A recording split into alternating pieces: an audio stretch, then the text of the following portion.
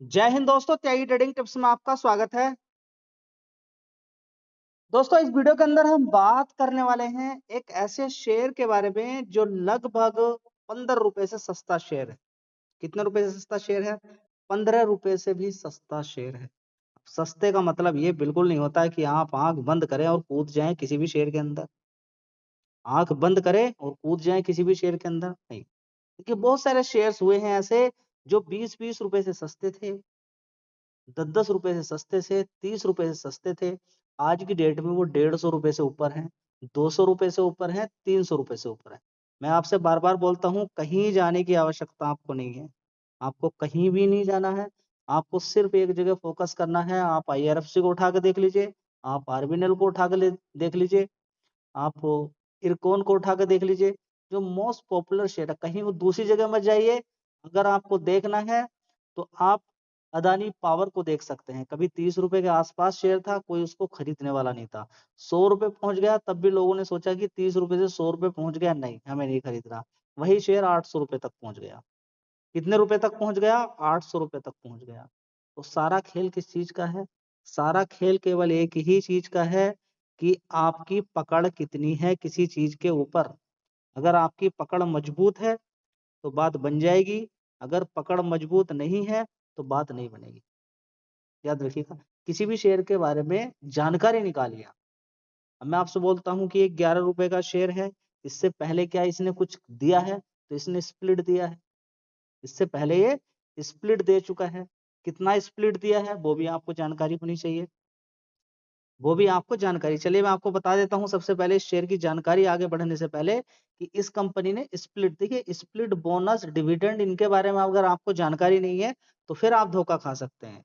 फिर आप धोखा खा सकते हैं। देखिए, हो सकता है आपको शेयर सस्ता लग रहा हो सकता सस्ता ना हो सकता है सस्ता ना हो।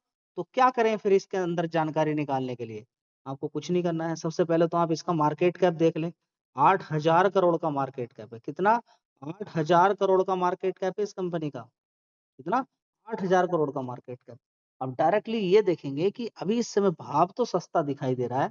क्या एफआईडीआईज यहाँ पर खरीदारी कर रहे हैं? क्या कुछ इसके अंदर अच्छा भी हुआ है? या फिर पुराना अगर चार्ट देखते हैं तो देखिए, पुराने चार्ट के अंदर तो सारी चीजें आपको देखने को नहीं मिलेगी, क्योंकि एडजस्टेड भाव है। तो फिर आप पुराना भाव कैसे एडजस्ट करेंगे? नहीं। देखिए, मैक्सिमम चार्ट पैटर्न अगर आप देखेंगे तो आपको गिरावट ही मिलेगी। कभी ये शेयर बहुत ऊपर होता था, लेकिन अगर आप मैक्सिमम चार्ट पैटर्न इसका उठा के देखेंगे तो आप तो देखकर यहाँ पर कहेंगे कि 58 रुपए का भाव है। कितना? 58 रुपए का भाव है। ये शेयर तो ऐसे ही है। तो क्या है, 58 रुपए का भाव था या फिर कहां तक ये पहुंच गया था? एक शेयर के बदले में 10 शेयर जो इसने दिया है। सारी चीजें इस वीडियो के अंदर हम देखने वाले हैं। तो चलिए सबसे पहले हम इसका स्प्लिट देखते हैं कि इसने कब स्प्लिट दिया और कितना स्प्लिट दिया।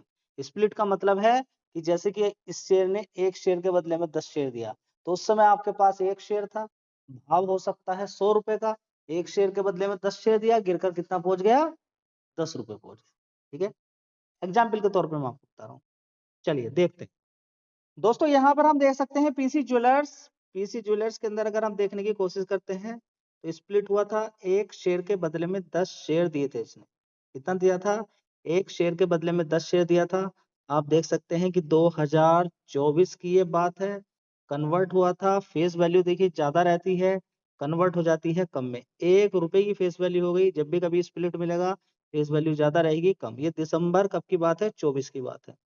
ठीक है, दिसंबर 24, नवंबर, दिसंबर, 1 साल पुरानी बात है। एक शेयर के बदले में 10 शेयर, जो भी भाव 100 रुपए का भाव था वो कितना हो गया? 10 रुपए का।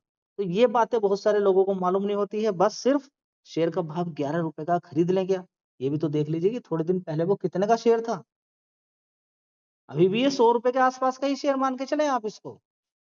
ठीक है, तो बड़ा प्लेयर अगर नीचे खरीद के रखता है, अगर वो इसी भाव पर अगर बेचना, देखिए कि कोई शेयर 10 रुपए का था। आप इसको ध्यान से सुने। कोई शेयर 10 रुपए का था और 10 रुपए से वो सीधा सीधा भागते हुए कितना पहुंच गया? 100 रुपए पहुंच गया। कितना पहुंच गया? 100 रुपए। 10 रुपए से कितना पहुंच गया? 100 रुपए पहुंच गया। अब 100 रुपए तो वो पहुंच गया, लेकिन बड़ा प्लेयर बेचने में बड़ी दिक्कत हो रही है उसको, बेच नहीं पा रहा है। 100 रुपए का शेयर है, कौन खरीदे उसको? सबको मालूम है कि 10 रुपए का शेयर था।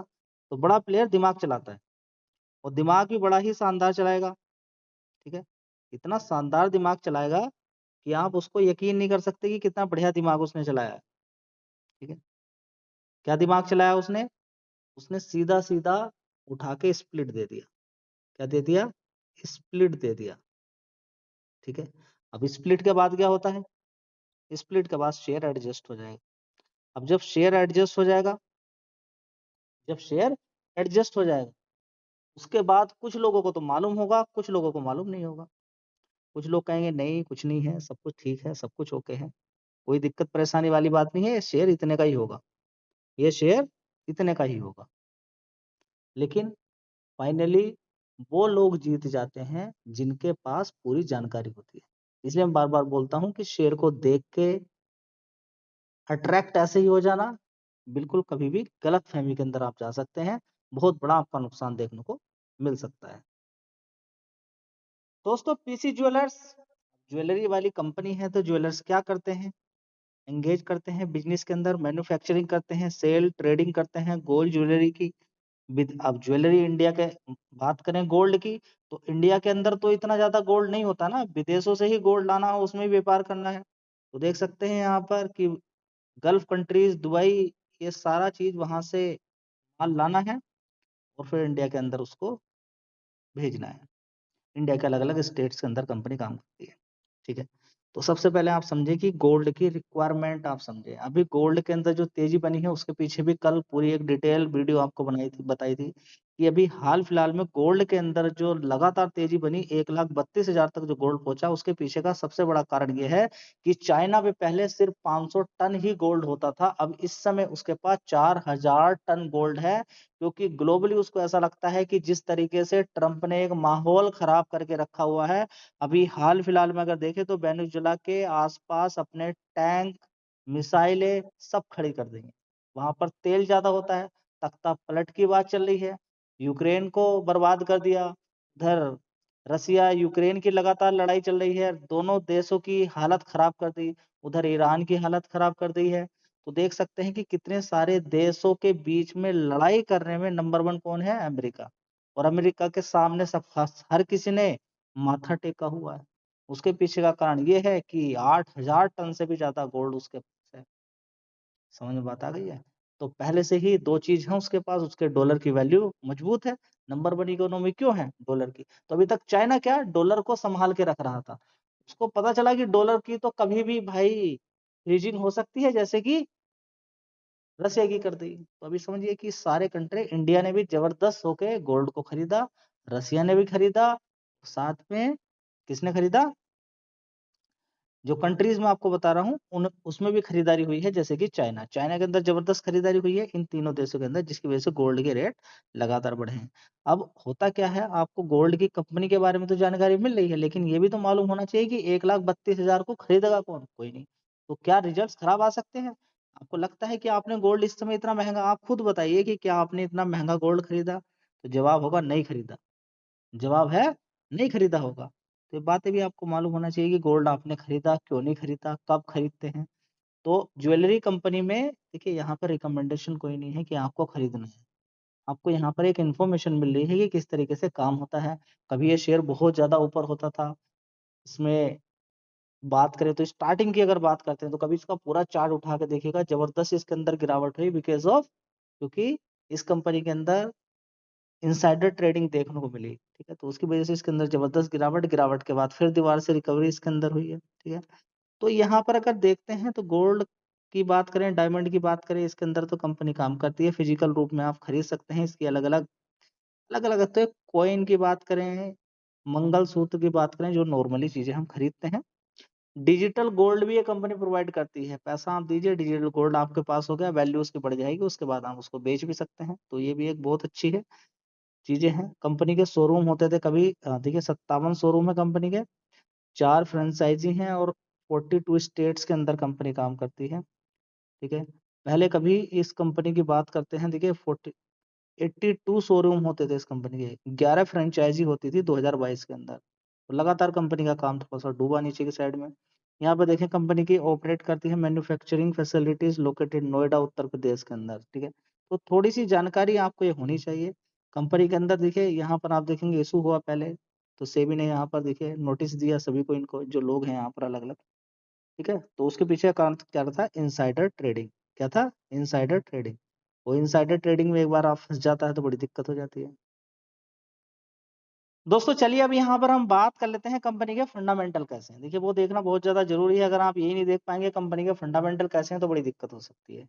तो सबसे पहले हम यहाँ पे देखेंगे कंपनी के फंडामेंटल। एक साल पहले देखिए, अभी रिजल्ट नहीं आए हैं, तो जून क्वार्टर में आपको बता देता हूँ, जून की परफॉर्मेंस काफी अच्छी थी। अब आगे कैसे आएंगे वो समय बताएगा। तो ये देख के कि जून क्वार्टर काफी अच्छा था, आगे के क्वार्टर अच्छे हो सकते हैं, तो आप ये समझिए कि ज्वेलरी वाली कंपनियों पे कितने लोग पहुंचे होंगे इतने महंगे गोल्ड के बाद। तो ये समझना बहुत ज्यादा जरूरी है, नहीं समझोगे तो बड़ी दिक्कत हो जाएगी।